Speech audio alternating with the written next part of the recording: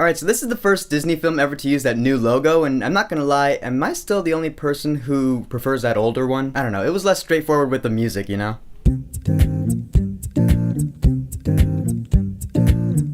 Pirates of the Caribbean, Dead Man's Chest. So 3 years after Curse of the Black Pearl, we have the return of our favorite new pirate, Jack Sparrow, and of course Will Turner and Elizabeth Swann. And they're about to get married, but things go awry when Cutler Beckett arrives on the scene. He's like, alright Will, you helped Jack Sparrow escape at the end of the last movie. I could arrest you for that, or you could bring me something in his possession that I need. That compass, you know, the one that doesn't point north, that actually points to the thing you want the most. So Will has to go get that, but Jack Sparrow has bigger problems to deal with. Turns out sometime in the past he struck a deal with Davy Jones, and that deal is up, so now Davy Jones is coming to get him. Alright, Bill Nighy is Davy Jones. First of all, is it Bill Nye or Bill Nighy? Because whenever I hear his name, I'm always like, Bill.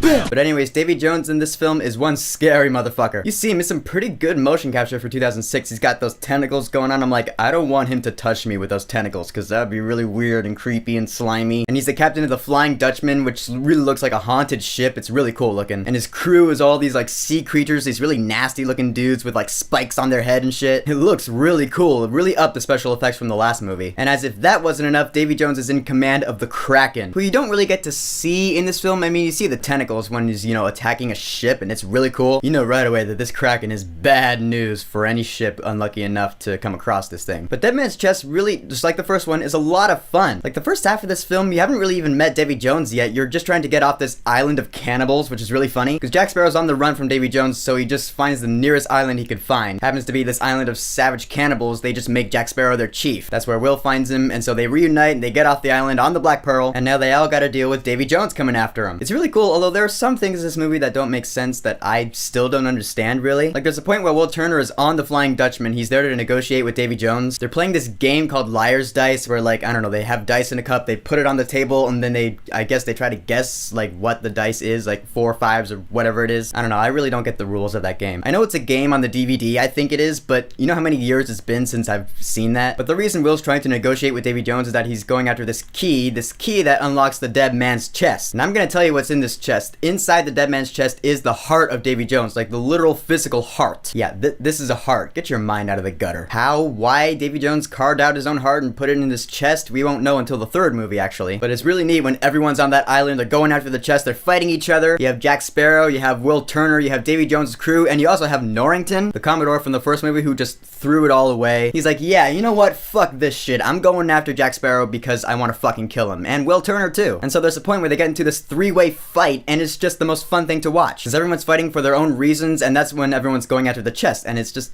what can I say? It's like I said, it's fun. So Pirates of the Caribbean, Dead Man's Chest introduced a lot of new elements to the Pirates of the Caribbean lore. It had more fun action, more fun dialogue between Jack Sparrow and Will Turner and all the rest of the characters. Much better special effects. And that ending, dude, is straight up cliffhanger. I'm actually not gonna say what happens here because you gotta go watch it because it's actually really cool. I mean, that last shot just gets you hyped as hell for the third movie. And the soundtrack is actually kind of funny in this case because Klaus Badelt, you know, scored the first one for the most part. And then his mentor Hans Zimmer is like, you know what, I'm just gonna take over this project from now on. I'm gonna take over this film series. And you know, it's more of the same catchy music from the first one. And Davy Jones has his own new eerie theme. It's really cool. Good stuff. So, Pirates of the Caribbean, Dead Man's Chest. Have you seen it? Have you watched it recently? How does it rank among all the Pirates of the Caribbean movies for you? Whatever you think, go ahead and leave a comment. And don't forget to subscribe.